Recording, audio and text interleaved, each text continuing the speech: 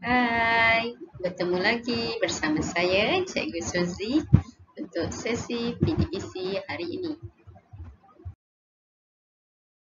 Untuk mata pelajaran Bahasa Melayu KSSM tingkatan 1 bagi tahun 2021. Baiklah, topik pembelajaran kita pada hari ini ada dua aspek, iaitu saya akan mengajar yang pertama aspek tata bahasa yang mengandungi kata adjektif. Okay, standard pelajaran 5.1.2 memahami dan menggunakan kata adjektif warna, bentuk, perasaan, waktu dengan betul mengikut konteks. Baiklah, kemahiran yang kedua adalah kemahiran menulis, iaitu 3.2.1 menulis untuk menyatakan sesuatu situasi yang dibaca, didengar dan ditonton menggunakan ayat yang betul, tepat dan gramatis. Objektif pembelajaran kita pada hari ini diharapkan murid-murid dapat menyatakan sekurang-kurangnya 5 jenis kata adjektif beserta contoh. Objektif kedua, menulis satu rencana pendek tentang barah paru-paru. Dan yang ketiga, menjelaskan langkah-langkah yang dapat diambil untuk mengelakkan seseorang daripada menghidap barah paru-paru. Aspek tata bahasa iaitu kata adjektif. Kata adjektif ataupun kata sifat merupakan perkataan yang menjadi unsur dalam binaan frasa adjektif. Kata adjektif terbahagi kepada 9 jenis, iaitu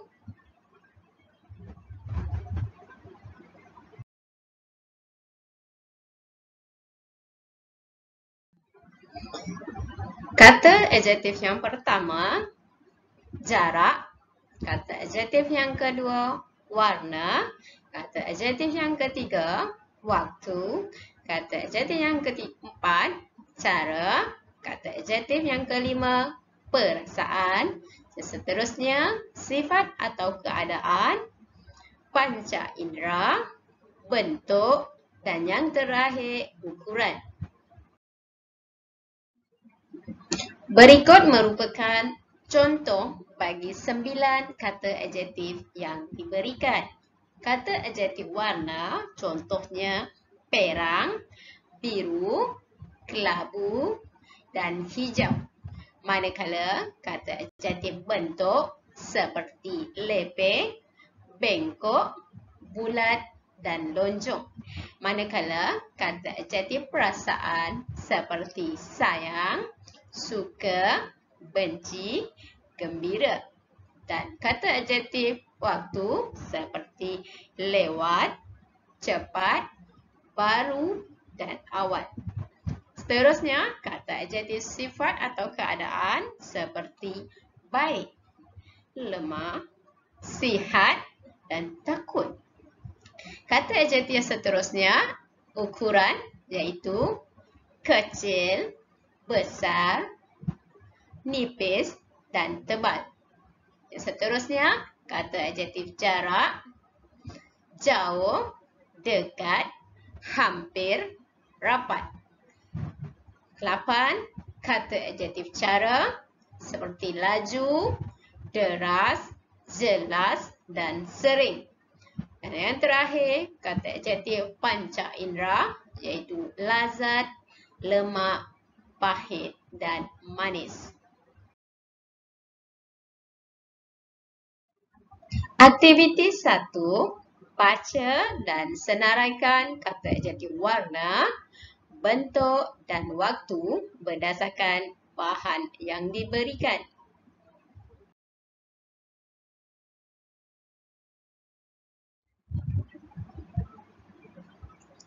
Pada kebiasaannya, kita akan ke farmasi untuk mendapatkan ubat apabila kita demam atau mengalami sakit ringan seperti pening, selsema dan batuk.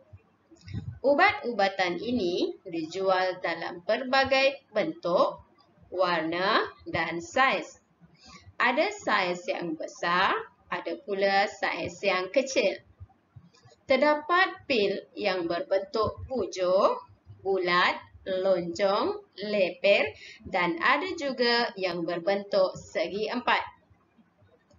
Pil-pil ini juga terdapat dalam pelbagai warna seperti putih, kuning, merah, jambu, hitam, biru, hijau dan bermacam-macam lagi. Selain itu, ubat-ubatan ini juga berbeza mengikut waktu pengambilannya. Ada yang perlu dimakan pada awal pagi, tengah hari, petang ataupun sebelum tidur pada waktu malam. Ubat-ubatan ini perlu diambil sebelum atau selepas makan seperti yang disarankan oleh pegawai perubatan mengikut preskripsi yang tertera pada label ubat.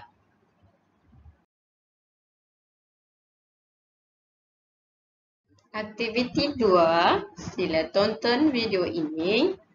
Kemudian, murid perlu menulis sebuah rencana berkaitan para paru-paru. Kanser paru-paru berlaku kerana ketidaknormalan unit asas di dalam tubuh iaitu sel. Selalunya, tubuh mengekalkan sistem pemeriksaan dan keseimbangan di dalam pembahagian sel untuk menghasilkan sel baru.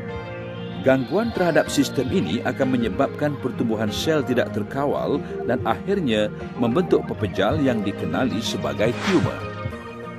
Tumor mempunyai dua sifat, iaitu benign dan malignant. Apabila membincangkan tentang kanser, ia merujuk kepada sifat yang malignant.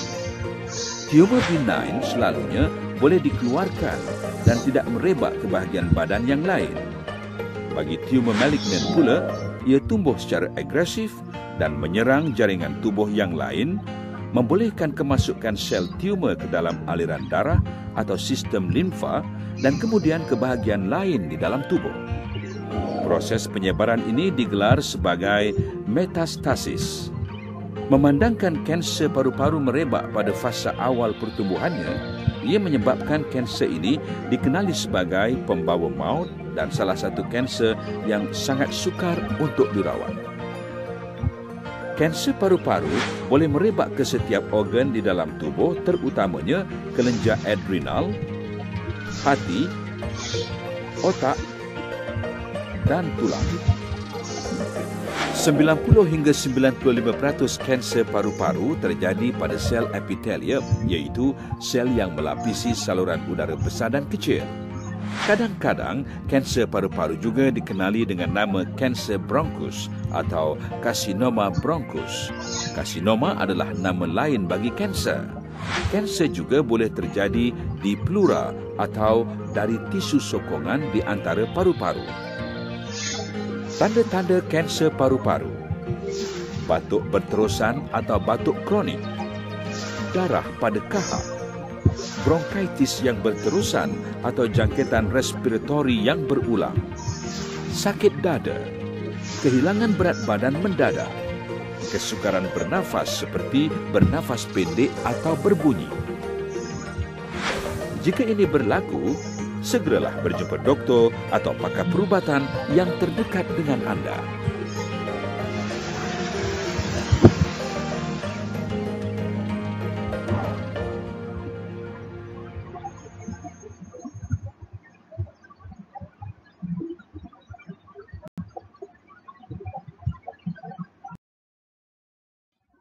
Perkasa ilmu, simptom para paru-paru. Murid-murid boleh teliti paparan yang telah disediakan untuk membuat rencana.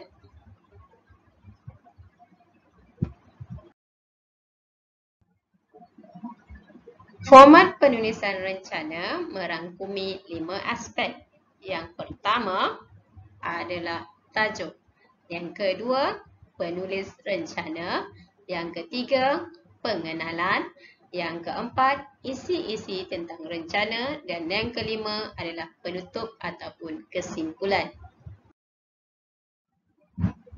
Contoh format rencana yang bertajuk Alam Gemilang Hidup Cemerlang yang telah ditulis oleh Nadia Idari Sufaat. Berikut merupakan pendahuluan tentang tajuk yang diberikan. Ya, seterusnya, ini merupakan isi-isi penerangan terhadap tajuk yang mahu ditulis. Dan yang terakhir, ini merupakan penutup ataupun kesimpulan bagi sesebuah rencana.